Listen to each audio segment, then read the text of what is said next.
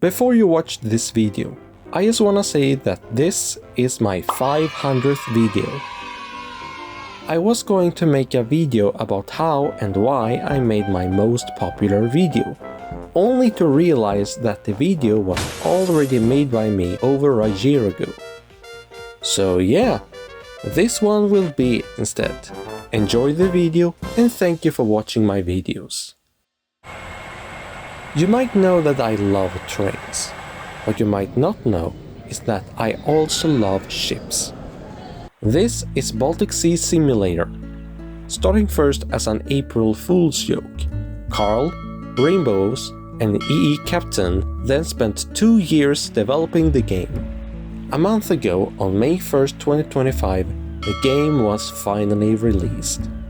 The game is similar to Dynamic Ship Simulator 3.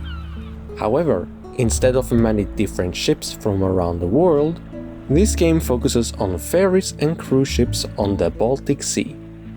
This includes Viking Line, Finn Lines, Tallink Silja Line, Eckerö Line, Est Line, and Vasa Line. The goal of the game is to transport passengers and cargo over the Baltic Sea. You can choose between 15 spawns. One of them is the Baltic Sea and the rest are ports in 4 countries: Sweden, Finland, Estonia and Latvia. Some of the ports are Kapellskär, Långnäs, Tallinn, Paldiski, Riga and Saaremaa. There are 38 ships, which 2 of them have a total of 6 liveries. Silja Europa has 2 and Estonia has 4. The game has 8 game passes. All of them are expansion packs with ships and liveries, like the Cruise expansion, Shuttle expansion, Sully class and Finn Canopus. If you buy the Cruise expansion, you'll get Galaxy, Silja Europa 1993 and Viking Glory. If you buy the Shuttle expansion, you'll get Star, Superfast 7 and MyStar. And if you buy the Finn Canopus, you will get the biggest ship in the game as of right now. If you buy this, then you're basically pay to win. If you still want the ship but don't have any Robux, then you can get a similar ship called Finn Sirius that costs 17 million credits. When you enter the game, you will see a nice looking intro showing the name of the group Baltic Studios. Then you'll see 6 options on the menu: Sail, Shipyard, Profile, Store, Rules, and Tutorial, which is actually the latest update of the game. Before you spawn a ship, make sure to watch the tutorial so you'll get an introduction to the game. You also need to read the rules so you don't accidentally break one. There are 10 rules. Don't pretend to be a staff. Respect people. Don't block ports or spawn areas. No toxic behavior. Don't act like you're the boss. Don't make your own rules. No spamming, trolling or flooding the chat. No exploiting. Respect roleplay and play fair. To be able to spawn a ship, you need to first click on Shipyard. Choose a ship from one of the 6 ship companies. If you are new to the game, you will have the ship Capella. After choosing a ship, click on Sail. Then choose one port and then spawn. Let's say that we choose Stockholm as a port to spawn at. You will then spawn a little bit away from 2 ports, Stadsgårdskajen and Värtahamnen. Head to one of them and dock your ship.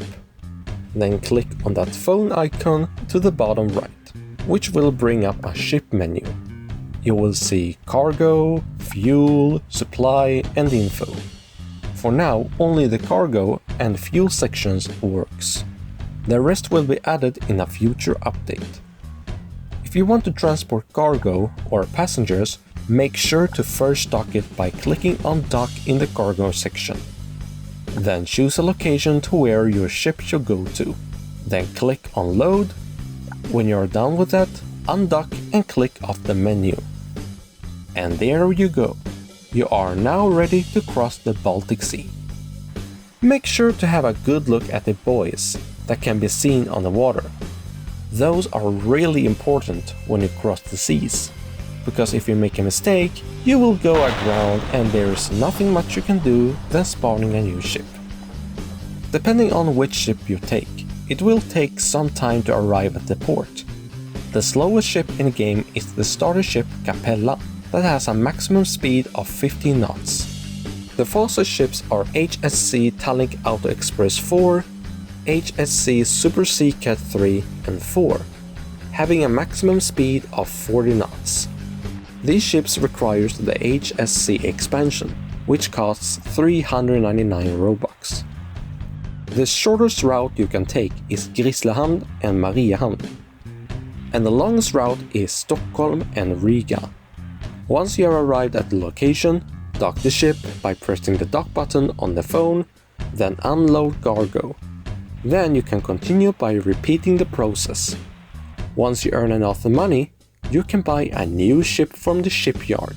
Since I earn a couple of million credits, I'm gonna use some of them to buy Romantica.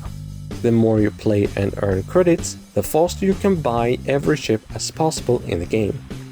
Soon enough, you'll have a fleet of ships from different companies. When you sail the ship, remember to keep an eye on your fuel consumption. If you have the throttle above 89%, the throttle will turn red and you will lose more fuel faster. So, to save as much fuel you can and also sail fast, keep it at 89%. There are some details and features that this game has compared to Dynamic Ship Simulator 3. The first thing Baltic Sea Simulator has are different cameras. In Dynamic Ship Simulator 3, the only camera that can be used is either the player or a drone that costs 350 Robux. For Baltic Sea Simulator, there are a lot of cameras depending on what ship you use. If you use Capella, there are 5 cameras you can choose from. But if you use Silja Europa, there are 11 different cameras you can choose from. One detail that Baltic Sea Simulator has is realistic physics on the ship. When you sail a ship in the Baltic Sea Simulator, you can see that the ship leans a little bit when turning port or starboard. This detail is something that Dynamic Ship Simulator 3 is missing. One thing I like more in Baltic Sea Simulator than DSS3 is its docking feature. When you dock your ship in DSS3, a text will automatically pop up when you are close to the port. But in Baltic Sea Simulator, when you dock the ship, you can use the phone to manually dock the ship. You can also decide when you want to load the cargo or passengers on a ship, making this feature very useful when you roleplay. I can give you an example. Let's say that the time is 7 AM. You're about to arrive at Tallinn with your cruise ship. You dock and unload your passengers. Then you can wait until the clock has hit 7 PM. Then load your passengers and leave the port. However, you gotta make sure to be out of the port before another ship arrives, or you'll break rule number 3. When traveling across the Baltic Sea, you'll also earn distance points. Those can be used as a bonus for your salary. It's like a raise for doing good work. The game also has waves that rocks the ship up and down. The higher the waves are, the more the ship rocks. Even with the smallest waves, you can still see the ship rock around a little bit. According to the Baltic Studio's Discord server, there are plans for an expansion that includes 2 new shipping companies, Stena Line and Destination Gotland, adding 6 new ships. A map expansion is also coming, with 2 new locations, Nynäshamn and Ventspils. There are no plans currently to lock more ships behind paywall, so all 6 ships that will soon be added to the game can be bought for credits. And that's it for this game. If you're looking for an amazing ship simulator where you can transport cargo and passengers using real ships on the Baltic Sea, check out Baltic Sea Simulator. I linked the game in the description. Thank you for watching. If you had an idea for a video, comment down below. And if you want to help this video being recommended to more people, give this video a like. If you are new here, subscribe to become a passenger and ring the bell to be notified when I upload my next video. Stay tuned and be awesome.